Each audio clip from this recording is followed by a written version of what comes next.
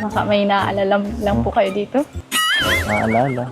Huwag mong isipin yung mga bagay na tapos na. Tinatanong ko nga lang po. Kasi para sa ito.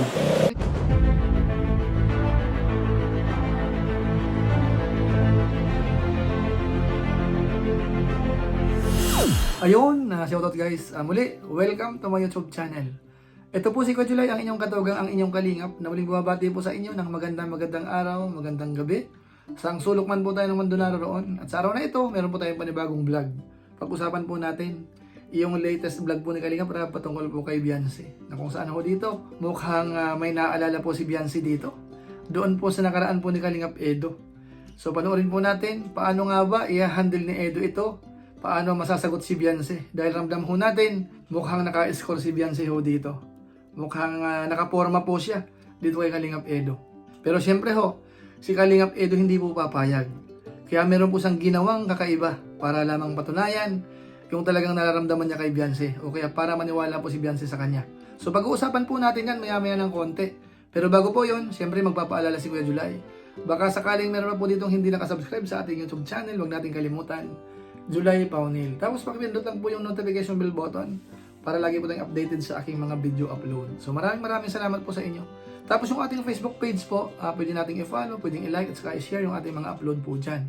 So maraming salamat po sa inyo. Tapos sina Kuya Bal Santos Matubang, sina Kalingap Rab, sina Ate Edna Vlog, si Rowell of Malalag at saka po si Jabber Sniper. Supportahan din po natin yung kanilang mga YouTube channel. So maraming salamat po sa inyong lahat. Ngayon, tuloy na po tayo. Pag-usapan na po natin ito pong masayang episode po ni Kalingap Rab na kung saan mula po umpisa, tawa po tayo ng tawa dito po sa mga eksenang napanood po natin. At alam po yan, pati yung mga viewers, ganoon din po siguro ang naramdaman po ninyo. Pero bago po natin umpisahan, i-congratulate lang po muna natin si Kalingap Rab. Dahil sa ngayon nga po, yung vlog niya kay Beyonce, 4 na ho yung merong million views. So panoorin niyo po yung ating live kanina dahil na pag-usapan po yan. Nice. Ngayon puntahan na po natin, ito pong pinaka main topic po natin. Dahil dito ho, talagang hindi maiwasan na hindi ho maalala ni Beyonce yung mga napapanood niya po noon. Nung si Kalingap Edo ho, ay iba pa po yung parang katandem, yung pinaka-collab team niya po, iba pa. Iwasan lang po muna nating banggitin kung sino po yon, mga kababayan po natin. Pero sa pagkakataon pong ito, ang i-highlight po natin dito ay nung nagyaya po sina Edo na parang mag-picnic na lang. Panoorin po natin yung part na yan kung saan nagpunta po sila sa isang lugar. Picnic na lang tayo doon. Wow! Okay ka? Jika? Sige po. Sigurado ka wala kang gagawin? Tapos na po ako. Tapos ka na? Tara. Ano yung meeting Tayo ngayon? na po kayo. Tayo na. Sige, tara. Nay, ano muna po kami? Nay, sige, wag na po. Kakamayin ko na lang. Sige po, Nay. At date muna po kami, ha? Datean lang. Okay lang yan. Huwag ka na magkuha ng marami. Dito po ako. Huh? Tara na. Pag tayo magsasaya ng oras, masama yan. Wow. Ganda dito, ah. So yan po, narating po nila yung isang lugar na kung saan po ay po pwedeng maligo, parang tabi po ng sapa o tabi ng ilog. At mukhang maganda naman po yung yung lugar. Kaso nga lang po dito, may naalala po si Beyonce dito at pilit pong pinapaalala po kay Kalingap Edo na napanood niya na raw po yung lugar na yan na merong kasamang iba si Edo. Ito, panoorin po natin. Napanood ko na po ito sa vlog niya. Sa vlog ko, di ko alam, no? Napanood ko na po ito dati dun sa vlog ni Kuya Rab sa inyo. Vlog ni Rob sa akin. Tapos, Ano si yun? ano po ang kasama? Di ko alam, ah.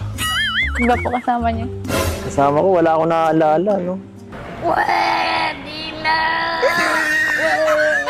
First time ko lang dito, no? First time ko lang. Ito ang gusto ko, eh. Tahimik lang. At enjoy lang. Tayo lang. Bakit po dito po tayo? Bakit? Bakit hindi? Bakit hindi? Gusto ko dito, eh. Gusto mo dito pala, ikaw may alam dito. Ganda kaya dito. Baka may naaalala lang po kayo dito. Naalala. Ikaw lang naalala ko, no? Sa umaga, sa gabi, Bira. bago matulog. So yan po mga kababayan po natin, talagang dinidiin po ni Viance na parang meron ng kasama si Edo sa lugar na yan. Bagamat sinasabi po ni Edo na gusto niya nang kalimutan yon dahil ang mahalaga sa kanya ay yung present na. Kaso nga lang po, si Viance talaga ay talagang madalas nababanggit po yon. Kaya nga po parang sinabi po ni Edo na baka daw hindi masaya si Viance dito po sa lugar na napuntahan po nila. Baka raw merong ibang lugar na gustong puntahan. Panoorin po natin. Parang di ka naman masaya dito eh. May iba kaya tang gustong puntahan ah. Ano? Okay ba dito o ano? Ano naman po? Parang di ka naman ano. Parang dismayado ka sa pinuntahan natin eh. Bakit naman? Hindi naman po. Nagsiself ka ba o ano? Hindi ko alam eh. Patuloy po kasi doon. Ba malay ko sa'yo? Malay ko sa'yo kung ano. Malay ko sa naiisip mo. Ano ba yun? Ano ba yung pinanood mo? Sinasabi mo na nakita mo ako dito naman. Limit na ako eh. Posible po hindi niyo po yung maalala. Wala na eh. Na-erase na lahat ng memory ko last year eh. Na-erase mo lahat.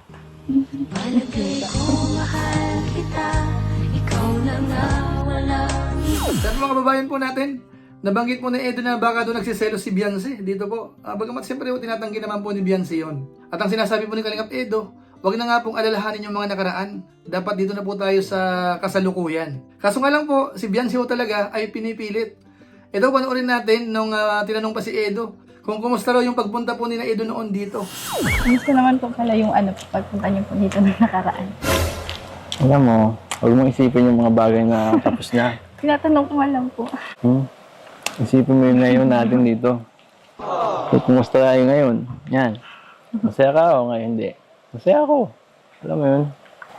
Kung sino-sino pa iniisip mong tao. Nag-ano po kayo dito? Nung ano? Nag-ano? Kailan?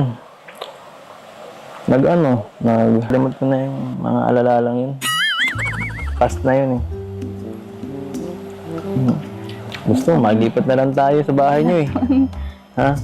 Inuman lang po. Dito na po kayo. Malalaglag po kayo dyan. So yan po si Kalingap Edo. Huwag na nga raw pong alalahanin yung nakaraan. Dahil siya daw po ay masaya na sa ngayon. Ngayon sa punto na yan, parang si Viance ho talaga ay parang hindi naniniwala kay Edo pa rin. Kumbaga may nasa isip po si Viance na patungkol sa nakaraan ni Edo. Tapos isa pa, yung mga usapan nila, parang hindi po naniniwala si Viance.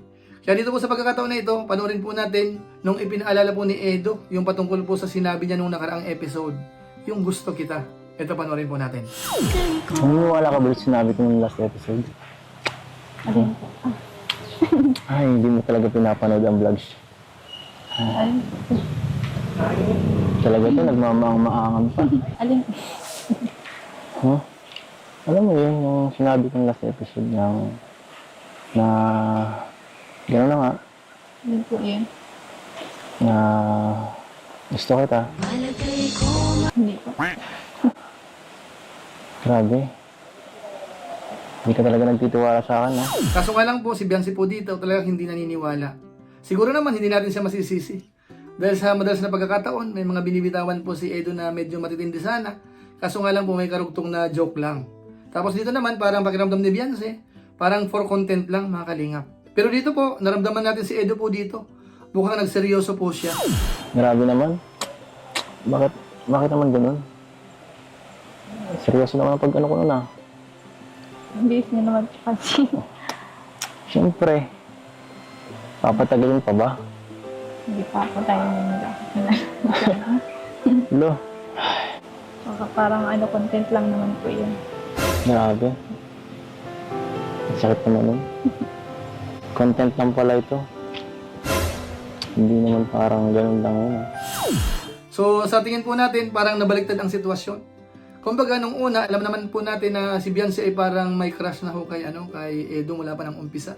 Pero sa pagkakataong ito, mukhang si Edo ngayon ang parang medyo agresibo lumalabas. At hinamon niya po si Viance na tatalon siya doon sa tubig para lamang po maniwala. Ito, panoorin po natin yung eksena na yan. Gusto ko, patunayan ko sa'yo eh. Gusto ko, tumalon pa ako dyan para malaman mo, seryoso ako. Hindi ka naniniwala.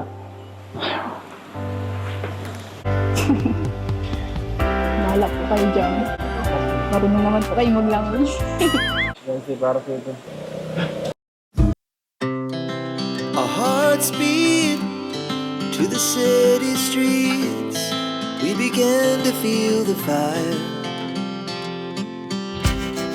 We rise like tall buildings as the chemicals they take us higher.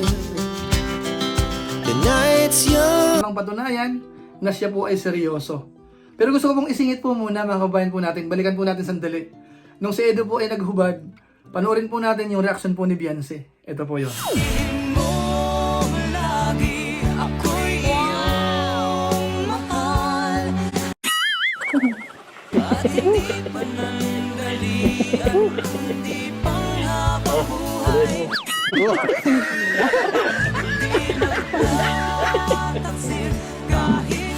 Medyo nahihiya po siya. Ibinaling niya po yung kanyang tingin sa iba. Ano? Kumbaga, ayaw nga tingnan si Edo na naghuhubad. Kaso nga lang po yung damit ni Edo, ibinato po sa kanya. Ngayon ang tanong, epektibo ho ba yung ginawa po ni Kalingap Edo, mga kabayan po natin? Mukhang epektibo ho. Panoorin po natin. Dahil sa ngayon po, after po na lumundag po dun sa tubig si Edo, mukhang naniniwala na po si Beyonce. Ito, panoorin po natin. Ano? Wala ka na?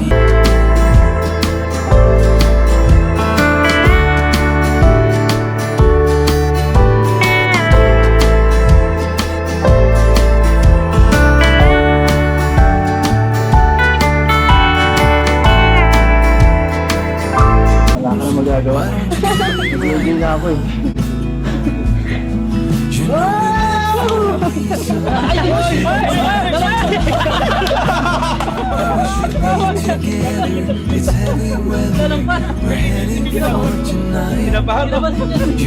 Ginawa ko yun para sa'yo, ha? Ano? Naniniwala ka na? Siya? Pero mga kababayan po natin, mukhang nagseryoso po yung dalawa. Mukhang nag-iba po yung, yung usapan nila. At ito po, hinawakan po yung kamay.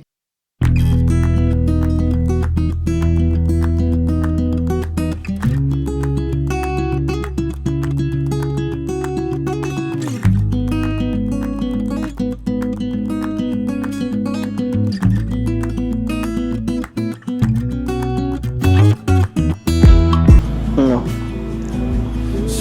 Hindi ka naman naniniwala eh. Pinalam ko lang sa'yo kung gaano kahit ano gagawin ko. Ano? Okay lang yan. Gusto ko rin patunayan sa'yo. Dahil di ka naniniwala sa akin. Palagi. Kala mo kasi palaging biro yung ginagawa ko eh. Alam mo, nakatawa lang ako pero totoo naman to eh. Lahat lang to. Totoo. At dito po sa obserbasyon natin, talagang pinapatunayan po ni Edo na talagang seryoso po siya. At madalas na pong binabanggit na yung nakaraan dapat i-erase na. So, paano ba yan? Na-erase na yung ibang memories. Napalitan ng maganda. Ng bago. At mas tunay. Naniniwala ka na.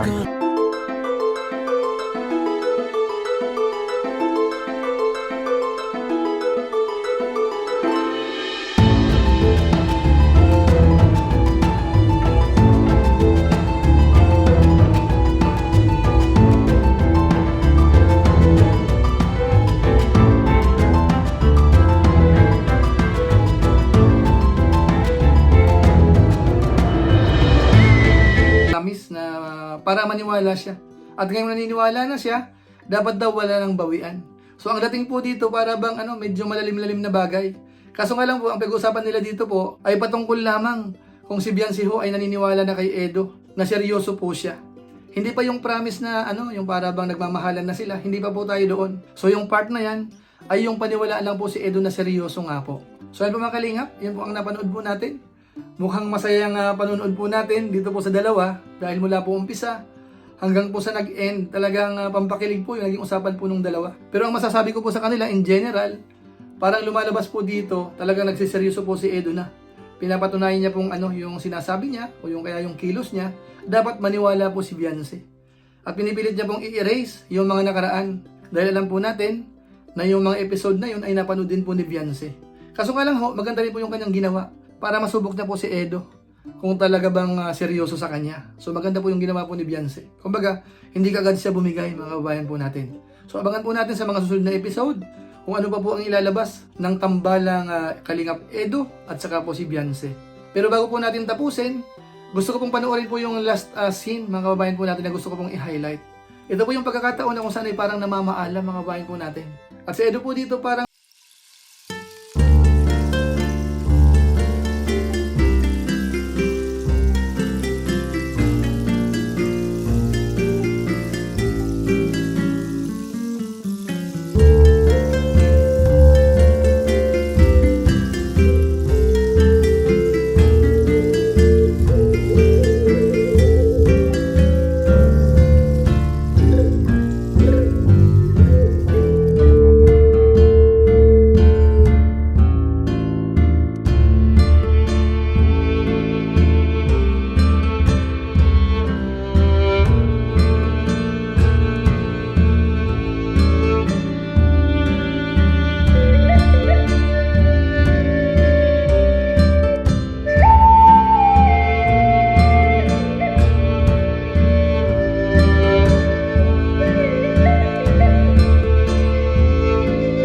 maganda yun kung merong konting hug, kung okay lang naman, ano, okay naman, kahit shake hand man lang, nung nagpapaalam niya. Paano masabi? Kaya sabi ni Edo parang muah, ibig sabihin parang kiss, ano? So sa tingin po natin, hindi nag-try si Edo po dito na kahit hug man lang. Kung sa ibang lalaki po siguro, sa malamang niyakap na po yun. Kaso nga lang po, si Edo po medyo, ano po, may pagka-gentleman naman. So medyo hinay-hinay, kumbaga. Hindi siya masyadong mabilis. So hindi ko po sigurado kung ang mga viewers po natin ay okay lang sa kanila yung ginawa po ni Edo o medyo nakukulangan po tayo. Pwede nyo pong i-comment po sa baba. So maraming salamat po sa inyo. So siguro po yung ating episode sa ngayon, dito lang po muna tayo. Abang na lang po tayo sa mga sunod pa uling reaction video po natin patungkol po sa kanila. Kaya pansamantala po tayo magpapaalam po muna. Pero bago po yun, meron lang po muna tayong isa shout out.